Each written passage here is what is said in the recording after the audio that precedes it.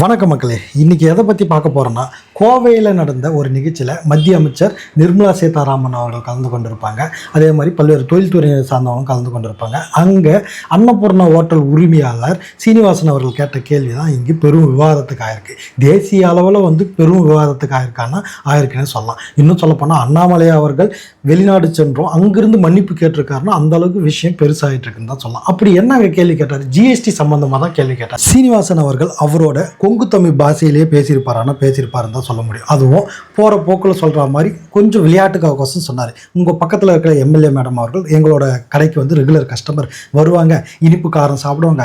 இனிப்புக்கு அதாவது ஜிலேபி சாப்பிட்டு காரத்தை கேட்பாங்க. 12% ஜிஎஸ்டின்னு சொல்லும்போது அதுக்கு சண்டை வரும். இன்னும் சொல்லப்போனால் நிறைய பேர் எங்கள் கடைக்கு வரும்போது ஒரே ஃபேமிலிக்கு டிஃப்ரெண்ட்டாக ஜிஎஸ்டி பில்லு போடும்போது கம்ப்யூட்டரே தடுமாறுது, அதால் போட முடியல அப்படின்னு சொல்லியிருப்பார்.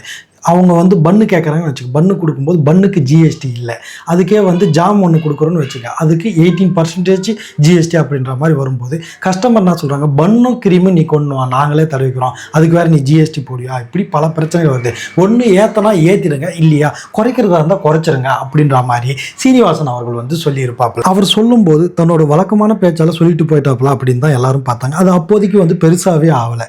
மறுநாள் ப்ரெஸ் நிர்மலா சீதாராமன் கிட்ட கேட்கும்போது அவங்க என்ன சொல்கிறாங்க, அவங்க அதாவது கனரஞ்சகமான வார்த்தையால் அவர் சொல்லிட்டு போயிட்டாப்புல. அந்த வார்த்தைகள் இப்போ வழக்கு முறையில் இருக்கா இல்லையான்னு தெரியல அப்படின்ற மாதிரி அவங்க சொல்லியிருந்தாங்க. உடனே பார்த்தா ஈவினிங் பார்த்தா ஒரு போஸ்ட் ஒன்று வருது. இந்த மாதிரி சீனிவாசன் அவர்கள் பார்த்தீங்கன்னா நிர்மலா சீதாராமன் கிட்ட மன்னிப்பு கேட்டார் அப்படின்ற மாதிரி. மன்னிப்பு கேட்டாருன்னா அது தனியாக பர்சனலான ஒரு விஷயம். அதுவும் அதை யார் எடுத்து வெளியிட்டிருப்பாங்க, அப்போ அங்கிருந்த பிஜேபி சார்ந்த நிர்வாகிகள் யாரோ தானே வெளியிட்டிருப்பாங்க அப்படின்ற மாதிரி ஒரு பிரச்சனையை பூதாகரமாக வெடிக்க ஆரம்பிச்சு.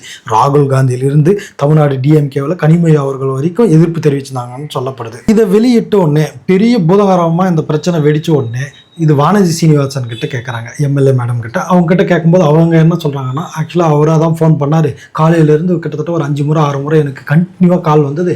நாங்கள் அட்டன் பண்ணி பேசும்போது இந்த மாதிரி நான் மேடம் கிட்ட மன்னிப்பு கேட்கணும், அந்த விஷயம் வேறு மாதிரி ட்ரெண்ட் ஆகிட்டுருக்கு, அதனால் நான் அவங்கக்கிட்ட மன்னிப்பு கேட்க விரும்புகிறேன் அப்படின்ற மாதிரி சீனிவாசன் அவர்கள் கேட்டதாக வானதி சீனிவாசன் மேடம் அவர்கள் சொல்கிறாங்க. அப்படி சொல்லும்போது ஈவினிங் 4:30 மணிக்கு கூட ப்ரெஸ் மீட் இருக்குது. அதுக்கு முன்னாடி வேணால் நான் மேடம் பார்த்து மன்னிப்பு கேட்டுறேன் மேடம் அப்படின்ற மாதிரி அவர் சொன்னதாக சொல்கிறாங்க.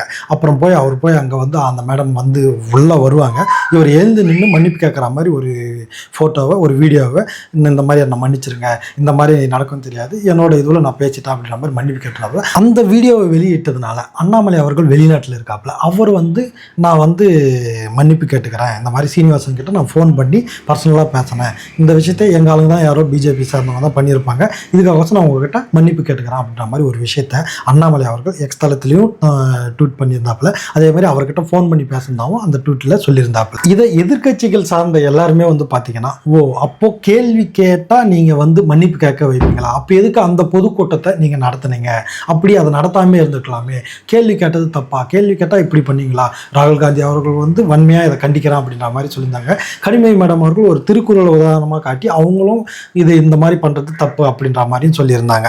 மேலும் பார்த்தீங்கன்னா அண்ணாமலை அவர்கள் ஏன் மன்னிப்பு கேட்கணும் அப்படின்ற ஒரு விஷயத்தை குறிப்பிட்டு சொல்கிறாங்க. ஏன்னா கோவை தொகுதியில் தான் அவர் நின்றுந்தாப்புல 4.5 சம்திங் ஓட்டு அவர் வாங்கியிருந்தாப்புல. அங்கே கொங்கு நாட்டில் இவர்களை அதாவது சீனிவாசனை சார்ந்ததாக ஓட்டு வாங்கி இருக்குது. அந்த விஷயத்துக்காக கூட இவங்க கிட்ட மன்னிப்பு கேட்டிருக்கலாம். இதுக்கு நிர்மலா சீதாராமன் அவர்கள் தமிழ்நாட்டு மக்கள் கிட்ட மன்னிப்பு கேட்கணும், இல்லைன்னா சீனிவாசன் அவர்கள்கிட்டையும் மன்னிப்பு கேட்கணும் அப்படின்ற மாதிரி தமிழ்நாடு மக்களும் சொல்லிட்டு இருக்காங்க. கிட்டத்தட்ட கனிமொழி மேடம், அங்கே பார்த்தீங்கன்னா ராகுல் காந்தி அப்படின்ற மாதிரி பல பேர் சொல்லிட்டு இருக்காங்க.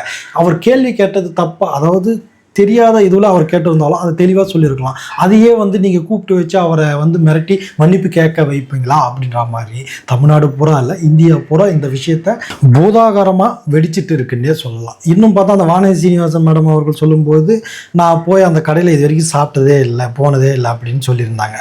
ஆனாலும் பார்த்தா அவர் சீனிவாசன் அவர்கள் சொல்லும்போது அது ஒரு பேச்சு வழக்கில் தான் சொன்னார், எக்ஸாம்பிளுக்கு சொன்னாரே தவிர அவர் சீரியஸாக சொல்லலை. இந்த விஷயத்தை இவ்வளோ பெரிய விஷயமா பண்ணுறது எதிர்கட்சிகளை சார்ந்தவர்கள் தான் அப்படின்ட்டு பிஜேபி அவர்கள் சொல்கிறாங்க. அதே பார்த்தீங்கன்னா இந்தியா கூட்டணியில் இருக்கவங்க பார்த்தீங்கன்னா இவங்க பண்ணது ரொம்ப தப்பு, அதுக்காக கூப்பிட்டு மன்னிப்பு கேட்க வைப்பாங்களா அப்படின்றத எதிர்கட்சி சார்ந்தவங்க சொல்லிட்டு இருக்காங்க. இதில் யார் பண்ணது தப்பு? நிர்மலா சீதாராமன் அவர்கள் பண்ணது தப்பா, இல்லை சீனிவாசன் அவர்கள் கேள்வி கேட்டது ஜிஎஸ்டி சம்மந்தமாக அவரோட பாஷையில் சொன்னது தப்பா? இப்படின்ற விஷயத்தை நீங்கள் கமெண்டில் கமெண்ட் பண்ணுங்கள் மக்களே. நன்றி, வணக்கம்.